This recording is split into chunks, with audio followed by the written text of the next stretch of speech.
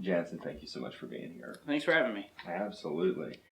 Now, of course, first of all, I'm Joshua Heston. I'm Editor-in-Chief of State of the Ozarks. And these questions for the candidacy were developed in consortium among Liberty Lectures, Branson U, and the public. And of course, we are here at Hughes Brothers Studio. Now, you were born in Fort Smith, Arkansas. Correct. You traveled to Branson frequently with your family. You were homeschooled and you graduated from Pensacola Christian College with a Bachelor of Science degree in Business Management. Correct. And you also worked there as a video production assistant. I did. Awesome. Now, you and your wife Emma and daughters Mercy and Emily moved to Branson in 2018. You worked at Dolly Parton's Stampede, first as a light tech, then as a light and sound supervisor.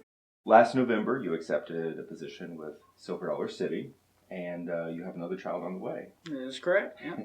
Well, congratulations on that. Thank you. My wife's name is Anna, by the way. Anna, okay. Not Emma, but yes, Mercy and Emily are my two daughters, and then the gender of our next baby is a surprise, so we'll find out in a few days what it is. Very, very cool. So you are running for Branson Alderman in Ward 1. Correct. And so how do you see Branson in 5 years? I would love to see Branson switch to a 12-month economy. I think that might take a little longer than 5 years, but I definitely want to see it move towards that. I love the tourism that we already have. Of course, I grew up coming here, as you already mentioned, so I absolutely love the industry of tourism that our city has, and I want to see that continue to thrive. But I'd love to see it year-round, so I would work towards making this a 12-month economy, bringing in more attractions that would be here for 12 months, open all year long. But I see Branson, it's thriving now. I see it to continue thriving and just continuing to grow both in population and in the number of visitors that come. So what made you decide to become involved in politics? I've always been very interested in politics and running for office. It's always kind of been something I've just thought about doing, just kind of on the back of my mind. I've always followed politics and stuff. Just never really had an occasion to run, nor a something that really motivated me to, because we always had leaders and stuff that I approved of everywhere I lived and everything.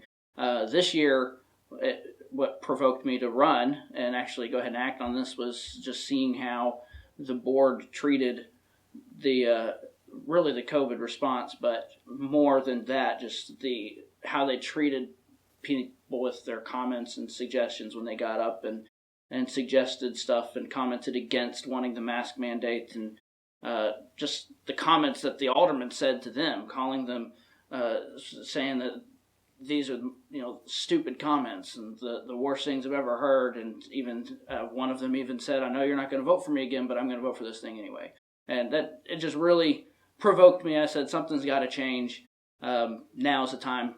Now's the time to do something about it. So that's what really provoked me to run for this particular election. Absolutely. So it was the events of this summer that really led to that immediate decision. Exactly. Yes. Mm-hmm. So as a policymaker, what is your number one priority for Branson residents? Representation would be my number one priority. I think that is the first thing that an alderman should be, is a representative of the people. Obviously, I have my own thoughts and ideas on how to vote for things, and I have made those clear, I think, throughout my campaign and will continue to do so. But I've also made it clear that if I differ with the people on a certain topic, as long as it's not a moral issue, as long as it's an amoral issue, such as like the COVID response or anything like that, if the majority of the people want something done, even if it goes against what I personally think is best, if that's what the people want, I believe that would be my responsibility to represent them in that way and vote the way they want. So over the last year, we've really seen an increase in division in our community. Definitely. How would you address that?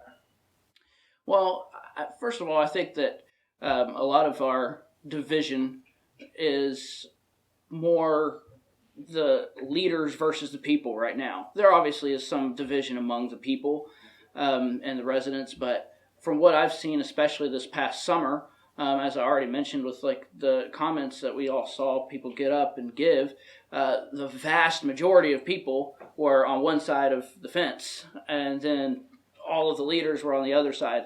So I think that the division is more between leadership and the people, and that's what I think that this election will solve, because obviously it's not just me running. We have more people running for each position this year than I've ever seen, and I think it's because people want to change, and so hopefully we can elect a whole new slate of people on the board and really unify the city. The people that are divided even among the residents, I think we need to do our part to unify them.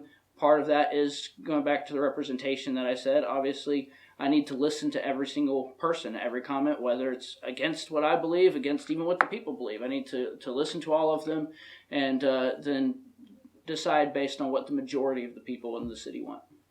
So give us an example of a past crisis that you experienced, and how did you handle that situation? Yeah, I haven't had too much crisis in my life. Thankfully, I've been blessed in that way. I've definitely looked at other people having crisis, and I've seen crisis on a government level even. I mean, obviously, what's fresh on everybody's mind is the COVID crisis, and we all have our different views on how that should have been handled and everything. But as far as experience dealing with a crisis, probably the biggest crisis I would say that I've had in my family is being laid off from a job. Obviously, I was laid off along with most other people this past year, but I've also been laid off before that from even my job in Pensacola. It was just a contract position, so at the end of every contract year, then you either had to decide if you wanted to resign, and the college had to decide if they were keeping that position or whatever. And that at the end of my contract year, 1 year, that's when we decided to move here to Branson, which I wouldn't say was a crisis necessarily, but when we moved here, that was a very hard time because we moved here feeling like this is where God led us to come. But I didn't have a job lined up or anything like that. And for our first several months here, I was unemployed because I don't want to really get into the main specifics, but I did come here with the promise of a job that ended up not working out. And that was pretty hard on the family as far as, we packed up everything. We spent a ton of money getting here, and then the job I had lined up fell through. And I had to just make ends meet and find different things to do, which, I did. My number one priority, other than my faith, is taking care of my family. And so even though I didn't have the job I had wanted and had thought that I was going to have, then I was able to just pick up odd jobs here and there, do whatever I could to make some money and work through it. And that obviously is different from something I would experience on a government level, but it does have the experience there of working through problems, and something that's unexpected may come up, but I have worked through those before and will continue to work through any unexpected problems. So what is the distinction between setting policy by city administration as opposed to setting policy by city council? City administration definitely has its place. They are appointed by the mayor, which is an elected official. So you would hope that the administrators also kind of fall in line with the will of the people. And every piece of city administrating, all the government pieces that go into running a government cannot be decided by city council. We'd be there forever, just always making decisions on even some petty little things. So there definitely needs to be a good city administration that we can trust, which again comes from the election of the mayor, because the mayor gets to appoint those. So the city administration, I believe, needs to be very trustworthy and can definitely take care of minor issues and some things that just would be a burden for city council to take care of. But definitely any big issues, I think that there's a lot of feedback from the community or even a lot of division in the community. Definitely needs to be something that the aldermen take care of, that the Board of Aldermen hear and can vote on putting that in place so that we can hear from the residents and really take their comments to heart. So how would you see these roles being done well as opposed to being done poorly? Well, even as an administration side of things, somebody that is not an elected official but is there running things, I still think they need to listen to the people. And the people may not be able to contact them directly, but I think they should listen to the aldermen that are in contact with their constituents. They should, of course, follow direction from the mayor. But when it comes to a government position, I think that a job well done in any of those cases is something that falls in line with the will of the people, because we are a government by the people. So it's our money as residents that go into funding this. And if a city administrator does something that is against what the people want, then I would say that's not a job well done. Obviously, they are tasked with certain things, and they need to do those things according to what the mayor wants as well, but ultimately what the people want. And I think that would be the gauge on what is a job well done. So how do you plan to enable the community to combat the local drug problem? Yeah, drug problem is a big deal in this community. I have even had friends personally in the community that have struggled with this. I have spent a lot of time thinking about different ways to combat the drug issue. I would definitely take a lot of feedback from the community on ways they think that would be best. I will continue to research it. I personally have not ever had to deal with a drug situation, thankfully, at all closely. I haven't had family members or anything deal with it, so I do not have firsthand experience in dealing with a drug addiction, which I thank God for that, but I do realize that this is a very serious problem that needs to be taken care of, and I would definitely take some feedback from people that maybe have had either firsthand experience from themselves or know somebody that has gone through that and has successfully beat the addiction, to try to see ways that the community could help and that maybe that the government can get involved in and help. I do know we have some drug rehab programs in the area. I would definitely look into the success of those and see if anything that the government could do to help those, either maybe through some subsidiary funding or anything like that. So I'd definitely look into that stuff. Like I said, I would really rely heavily on advice from other people. I would try to get together a group of people that have dealt with that firsthand before and see what they know really works and helps, and try to take their feedback while we work towards a solution. So, according to a November 12th, 2019 article on KY3, the city is, quote, $170 million in debt. What is your plan to move Branson out of debt? Yeah, I'm not a big fan of debt at all. I do, from a business side of things, I do believe debt is a tool that can be used. I don't believe that is necessarily something that is good for a government.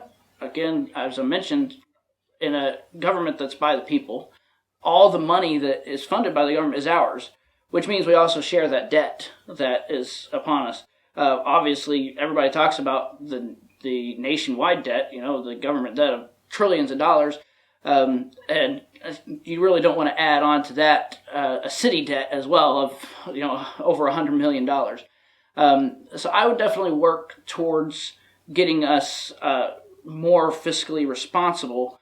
Anything any budget that I would approve, that I would vote yes on, I would want to make sure that it either broke even or had a foreseeable way of paying off the debt. Like, we could take on some temporary debt if we know for sure we're going to pay this off. Again, that's the way it's used in business, even as a tool. And I think that could be useful, but I don't think any holding a debt for any substantial amount of time is in the city's best interest at all. So I would definitely work towards a more fiscally responsible budget. Anything that I would try to cut any unnecessary spending. I would definitely be very vigilant on any budget that we reviewed and to see if there's any extra spending in there, try to cut that down to try to make any budget that we voted on as close to break even as possible.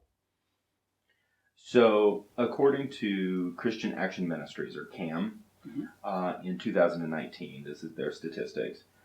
In 2005, there were 2 motels with extended stay in Branson.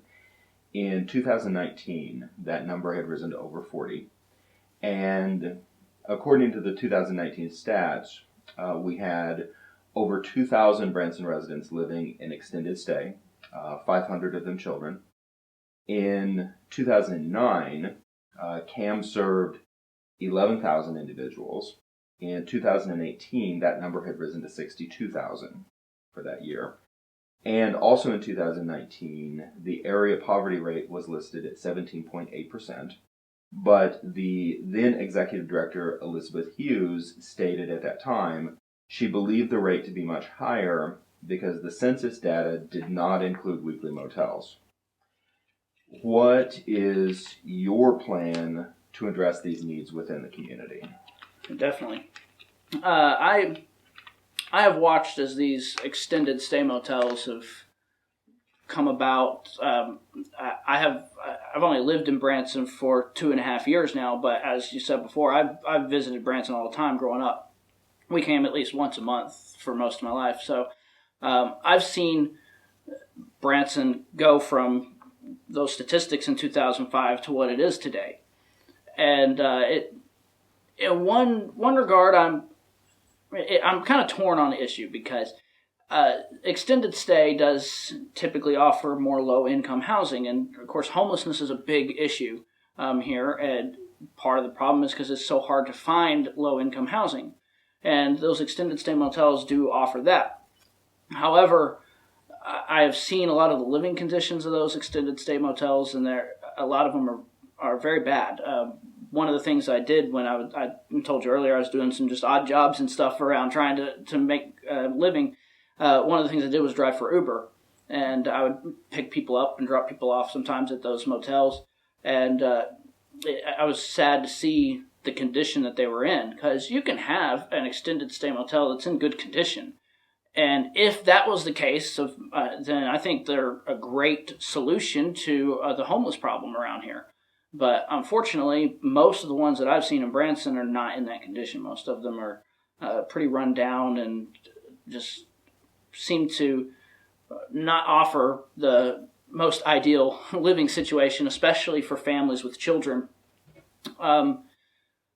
As far as ways to combat that issue, I've looked a lot into it over the last couple weeks onto seeing what we can do, because I wouldn't want to get rid of extended stay hotels without another option.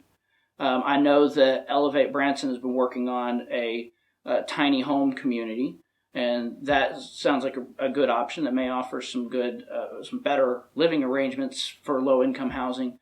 But I also would want to make sure that these extended stay motels are not a breeding ground for our drug problem around here too, because that's also a possibility that I have seen, where some of these extended stay motels are also where some of these drug deals and stuff happen. And of course, if you have a family in there with small kids that is just trying to make ends meet, and that's just the only place they could afford to live, and it's really sad to see that in a city like Branson, that's the only place that these people can afford to live. So I'd definitely like to see more low-income housing projects come about that offer good alternatives to those extended stay hotels. I think even for the tourist side of things, it's not a good image for Branson to come in. A lot of these hotels have an extended stay portion as well as the regular portion, and I've seen it to where they'll put all the extended stay in the back, because they kind of want to keep those people separate. And and it just kind of sends a bad vibe, I think, to where if somebody's coming and staying in your hotel and maybe they drive around to the back and they see all this stuff that the people aren't taking anywhere near as good care of as the actual hotel that the guests are staying in, it just doesn't send a very good image for Branson. I think that we definitely need to work, as I said, on more low-income housing, but also on the extended stay hotels that are there. I think we need to really work on getting those to better conditions, looking better, and then really cracking down on any illegal activity that may come out of them, but making them a good option for low-income housing that could better our community and tackle the homeless problem as well. So we're talking about poverty and homelessness. You are running in Ward 1. How have you specifically seen this impact Ward 1? Well, the homeless problem I see probably more clearly than a lot of people, just because of my job. I do work an overnight position where on security, so I go around and check our various properties that we own, which all of our properties in Branson are in Ward 1. And I do drive around at night and see those, and we have a lot of issues with homeless people that either break into some of our properties just to try to find a warm place to stay, especially with the past weather we've had a couple weeks here. I see homeless camps just around the area here in our ward even. And as a Christian, it pains me to see these people that don't have a place to stay. I mean, I can't even imagine with the temperatures we've had the last couple of days, being outside and just not having an option of where to go. And I want to see that change. I want to be able to find some way to help these people. As far as the impact that the homelessness has had on the ward, a lot of the strip is in Ward 1, the vast majority of it. And I think we've all seen people standing on the street corners, asking for money and stuff. And again, I get very torn whenever I see them, because a part of me really wants to help them out, because I don't want to see people struggling like that. But at the same time, I'm thinking from a tourist standpoint, nobody wants to be here on vacation going down the strip and seeing people begging for money all over the place. So I want to help them out for two reasons. I want to help them out just solely to help them out, but then also I think it will really help our tourist industry. Talking to different guests at some of the businesses I've worked, especially at the Stampede, I had to greet a lot of guests coming in, and a comment that a lot of them have made to me is that it seems that Branson has been going downhill lately. And they will say that they love some of the new businesses and stuff that are coming in, but that just driving down the street and stuff, it just seems to be they see the homelessness and the different problems on the sides of the road here, and it's like they're not used to seeing that. Back when we visited all the time growing up, I don't remember seeing people always asking for money on the sides of the road and stuff like that. So it's definitely had an impact, I think, even on the tourist industry and the businesses here. But then, of course, on those people that are homeless, it's just really sad to see that. And I've already said I'd love to see some more low-income housing come in.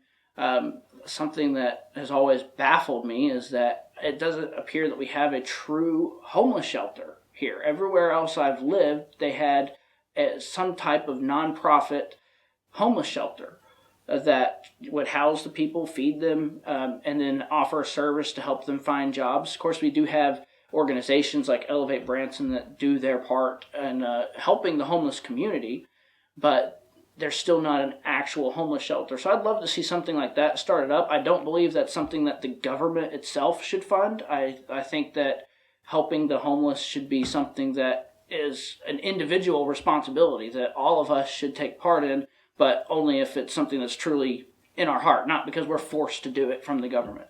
But if I am elected, I would like to try to speak with the different church leaders in the area and maybe try to spearhead a one of those homeless shelters getting built and run. Maybe even see what the city can do to kind of help get that started. Maybe some just initial funding, some initial grants or something to get something like that going. But then step out of it. I don't think the government should ever be involved in the day-to-day operations of that. I think it should be something that maybe the church and just a nonprofit organization should be. But I'd definitely love to see something like that happen, and I would try to spearhead that if I am elected. So what is your understanding or opinion of the homeless camps that are in the immediate Branson area? I know that during January and February they grow, they expand, and a lot of that's because of these seasonal jobs we have around here. So a lot of them are just people that don't have anywhere else to go when they lose a job because of the seasonality of jobs. There are, unfortunately, I think, some people that are there because of drug addiction that has hindered their ability to get a job. Plus, they're just struggling with that addiction and therefore spending money on it. So I definitely think we need to combat the drug issue too, and will help this homelessness issue. But generally, my view of them is, again, I just have compassion for them because there has been times where I've wondered if I'm going to be out there on the streets. I got laid off from a job, and I'm like, what are we going to do even? So I definitely feel sorry for anybody that has to be in that situation and want to help them out as best as we can. Now, we have programs like the J-1 visa program that bring workers into Branson. How do programs like this impact our community? I have worked with a lot of the J-1 visa program people. A lot of them come in and work at Silver Dollar City and various others. So I've seen the program from the inside out, and I think it does help the community a lot. We obviously have an influx of jobs that are needed during the tourist season, and I think it's a great thing to bring in people from all over the place and give them the opportunity to work here. I don't think that should take the place of actual jobs for Branson residents, though. I have seen people that, again, we're still talking about this homeless issue that we were just on, that they just can't get a job. That I have seen people apply and be turned down for various jobs, and then you go to that same place that they applied for and couldn't get a job, and you see people, international students working or something like that are getting good experience, but is taking a job away from an actual resident that's living here. So I think that the program is good and definitely needs to stay because we have more jobs during the summer than we have residents in Branson. But I think we need to be careful that program does not take precedence in jobs over people that are in Branson that can work and need to work to get off the streets or maybe get out of extended stay hotels. If we can offer good jobs to Branson residents, I think that should be the first and foremost priority, and then any additional jobs we can look at filling with those programs. That's what I would like to see. So how would you propose that happen? I'd have to look into exactly what the government could do as far as our role in that. Of course, I'm a big proponent in not telling businesses what they have to do. I'm very big onto that. I want freedom and choice in that. But I also don't want to see the community suffering with not having the proper jobs available to them. So I would look at speaking with the businesses that use this program. Mainly the lodging industry around here uses them a lot for housekeeping and stuff. I would try to speak with them and see if there is something that we could do to incentivize the hiring of local residents first and foremost. I don't know exactly what would be available to us. That's why I would check and see what different ideas are out there from the businesses. But I definitely would not want to make a mandate again of saying, this is what you have to do as a business. You have to hire these people and these people. I think that's very bad for businesses to tell them they have to hire this person or something like that. But I would like to look at offering possible incentives into to doing that, so that the business has a reason to look further into hiring our own residents first. So one of the things that we've talked a lot about is the seasonal economy and transitioning out of that. How do you see as real world ways of transitioning to a year-round economy here? Yeah, I've thought a lot about this too, because obviously we are a 10-month economy, or 9-month even in some cases, because that's when the tourists come. So there's really two things that would have to happen simultaneously to make this a year-round economy if you're wanting to still look at being a tourist industry. Of course, we can always work on bringing companies to this area that are non-tourist industry related, that are here year-round. But just the nature of Branson, we're going to mainly be attracting tourism attractions and stuff. So two things have to happen simultaneously to change the economy here. One is you have to have businesses that stay open for 12 months, but at the same time you have to have visitors that will come, because businesses aren't going to open for January and February if they don't have anybody here to service. And people aren't going to come here in January and February if there's no businesses open to service. So they have to happen simultaneously, and doing that would be very difficult. I have thought about ways to possibly do that on the business side of things. I've thought maybe we could look into doing some type of tax break for any income earned during January and February, something like that. As far as the residents go, we'd maybe try to bring in some events more, like conventions and stuff that happen in January and February. I know we already in February down at the convention center, there's a big marriage retreat that happens. So stuff like that happens in February and brings a lot of people here to Branson in the last half of February. So if we could get more events like that, attract those types of events here for January and February, that I think that would help bring that to pass, as far as making more people come here. And of course, the more people that are here, the more businesses will be incentivized to actually open for that. But again, we have to try to do those both at the same time if possible, which is the hard part. And I would definitely, again, as in all of my stuff, I would listen to feedback from those in the community that know more about it even than I would. I'd talk to business owners and see if they have any suggestions for what could help them stay open in January and February. And I would even talk to some visitors and tourists and reach out to them and say, what type of events would you like to see in January and February to come here and be a part of? So I would definitely receive feedback from the community and visitors and business owners that would be affected. But that's definitely something I would be working towards. That's one of my high priorities, is trying to get this more to a year-round economy, because not only will that help our economy with bringing tourists in, but it will also help the job situation, even as we were talking about, because a lot of people are laid off in January and February, that if we could keep them jobs and keep them hired for January and February, might help with our homeless problem some too. So the continuation of Branson's tourism tax is on the ballot. Mm-hmm. What is your opinion of this tax? I like it. I support it. I'm going to vote for it again. I lived in Florida for a while, and Florida's entire economy is based on tourism tax. And as far as a resident in Florida goes, it's great because we didn't have any income tax or anything.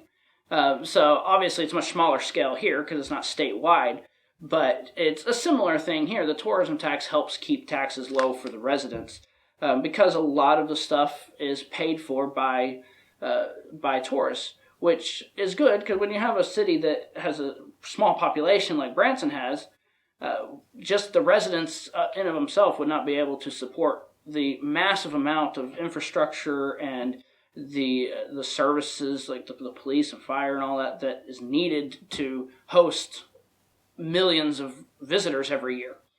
So the tourist tax helps pay for all that. And of course, we bring in millions of dollars, over $100 million on this tax every year.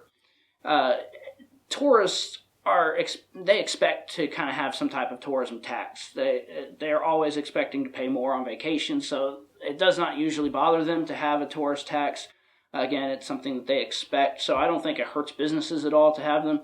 I would argue it helps the businesses because then it helps Branson use that. They use the funds right now, of course, to to upgrade the infrastructure and stuff, but also they use it to advertise Branson in general and just to bring more people in. So I'm a big fan of the tourist tax. I want to see it continue, and I think it helps keep the cost low for Branson residents while still providing great services and stuff that we enjoy as well as the tourists. So, and with the tourism tax, how are those tax dollars being allocated? Right now, my understanding is about a fourth of them are used towards administrative fees of administering all of this, as well as the marketing for Branson, and about 3/4 of them are used for infrastructure. That's my current understanding of it, just from what I've researched. I believe that's a good allocation. We, of course, need to make sure that all of our services and stuff are paid for, and then I like using some to market for Branson, because that's a good idea for businesses. Even it helps them get people in, because if people just come to Branson in general, it saves them from having to go outside of Branson to really advertise for them, because the city of Branson can help bring people in, and then they can just advertise for their individual business here in Branson. So I think the current allocation is good. Of course, when I'm elected, I get to see that a little more detailed and see exactly where everything is going. And as I already said, with the whole fiscal responsibility thing, I'd make sure there's no unnecessary spending coming from it. But from everything I've seen right now, I think it's being allocated correctly. So, what is your understanding of the perception of Branson worldwide, and should that perception be changed in any way? The perception that I have seen from visiting guests, especially, again, I used to visit with the guests at the Stampede as part of my job. I would greet them coming through the door, and that's actually one thing that COVID helped. I got to spend a lot more time talking to them, because we would have them, come in socially distanced and everything. So I got to talk to a lot of the residents, and generally speaking, people view Branson as a very patriotic, religious, family-friendly tourist destination. I know that's how people that I've talked to have seen it, even when I did not live in this area. When I was going down to college in Pensacola, anytime I would mention anything about Branson or anything, they've heard of it, most of them, and they all would say the same thing of, oh yeah, it's like the Christian Las Vegas or whatever, I think that perception is great. I would not want to see that changed. I would love to continue promoting that we are a place of patriotism and religious freedom around here, that is a great place to bring your family to vacation. I was just speaking with somebody yesterday about our Veterans Week here.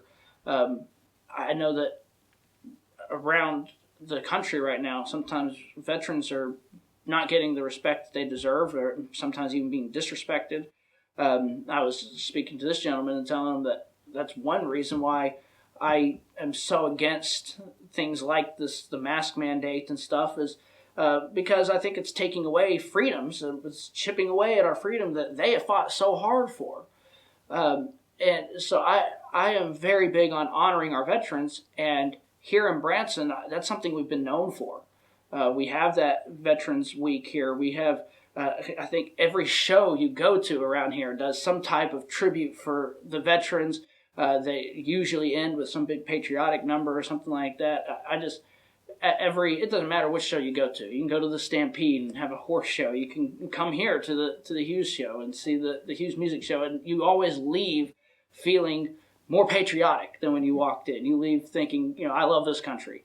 We have a lot of shows like that end with something like that. Even our attractions around here, Silver Dollar City does a big Celebrate America event.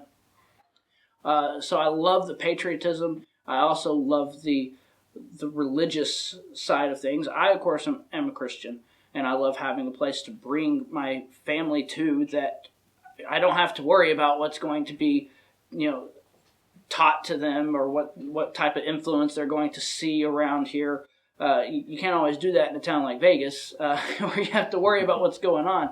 But here it's a great haven for freedom, for families, and I think that's something that we just need to continue promoting is the patriotism and the religious freedom here.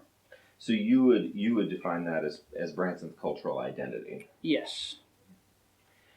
How would you define Ozark's culture? Ozark's culture, that's when I talk to people about that in general, that a lot of people, I guess you can kind of see like I guess a hillbilly would be a good term for it, like, oh, you're from the Ozarks, live up there, which I think it's fun because, Silver Dollar City is kind of capitalized on that whole Ozark mountain culture thing, and people go there and enjoy it. But when you hear, when I have family that doesn't live in this area, and they'll sometimes make fun of you or whatever for being an Ozarks person and living in the mountains or whatever. But I think it's always a fun identity. I think people generally have a good view of them, especially nowadays. And of course, people love the beauty of the Ozarks and everything. So people are jealous of where I live, even if they kind of make fun of it every now and then. But I think the Ozarks as a place and as a culture in general has a very fun identity that I think people enjoy and love to come here, and that's one reason why Silver Dollar City has been so popular, I think, because it's just such a fun place to be. Do you think that this cultural identity is important, and if so, what do you propose to help us retain it if you think it's important? Yeah, I kind of already mentioned I definitely think it's important, the cultural identity of being patriotic and having a great religious haven for families to come and just have fun. I think it's extremely important to keep that identity. I think it's scaring me to see that it seems like we're starting to kind of go away from that just with our current leaders, and that's one reason I think we need to totally have a new slate of leaders elected.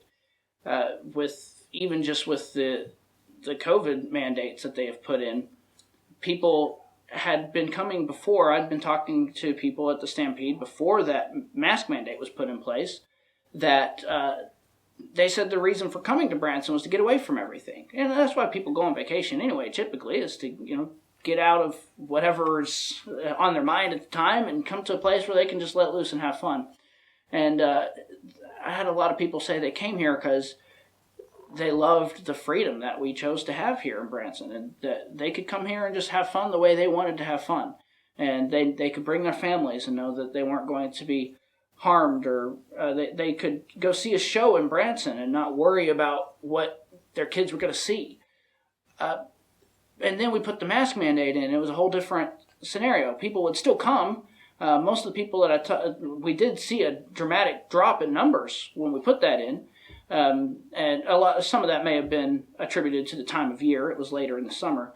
But we did see a dramatic drop. The people that did come, all of the tourists I talked to that were at the show voiced their disapproval and said that the only reason they still came is because they already had this vacation planned. But they all said the same thing of how, we wanted to come here because we scheduled this because you were free here. You had the freedom to do what you wanted to do here, as far as, if we wanted to come to the show and wear a mask, nobody was going to, beat us in for it. If we wanted to not wear one, same thing. But that all changed when the government made this mandate. So I think a very important part of keeping our culture the way it is continuing to promote freedom, roll back some of these mandates that have restricted our freedom, and just to continue to bring in good businesses and promote the healthy, friendly show business and attractions that come in and are so vital to our culture and our industry here.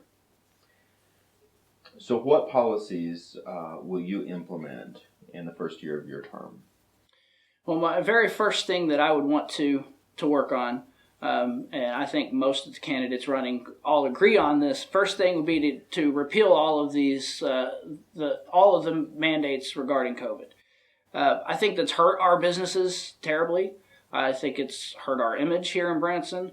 I would love to see those repealed and that would be my number one thing that I would work on.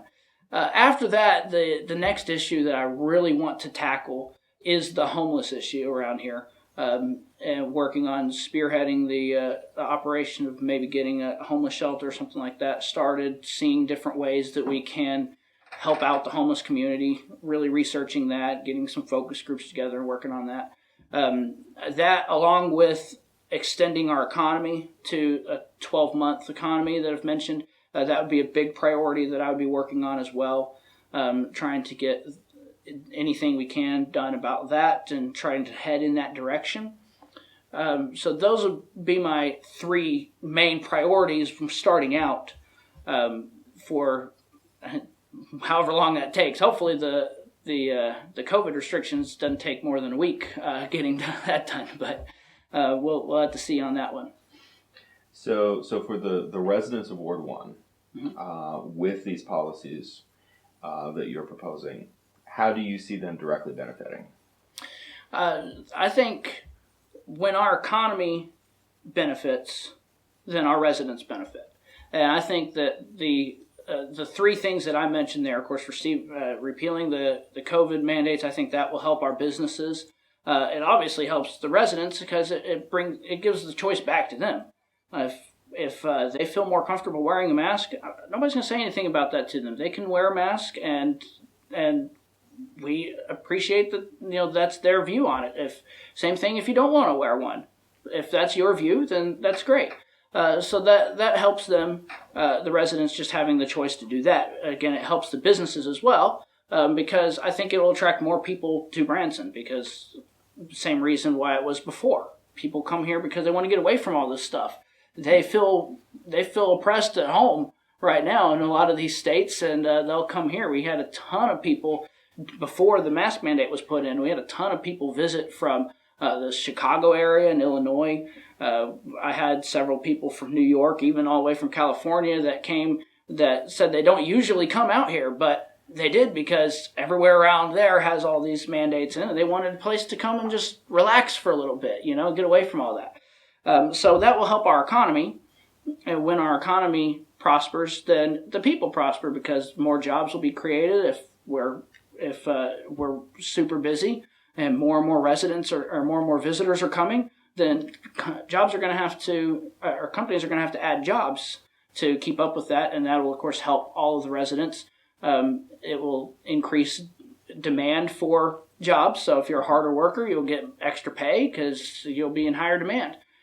So I think that will help. Same thing with the 12-month economy. That is, again, helping our economy thrive. It will help the residents thrive. And then the homeless issue, obviously we have a lot of homeless people that live in Ward 1. If we can help them get into some low-income housing, get a job, and get off the streets, that obviously helps them immensely, as well as helping everybody else just by cleaning up the city and helping us have a cleaner and more employed city with people living in hopefully some good housing options. Absolutely. Jantzen, Craine, so appreciate all your time this afternoon, and just good luck on your race. Thank you. Thank you for having me. It's been an honor to be here and get to talk to you about some of these issues. Absolutely. Thank you, Jantzen.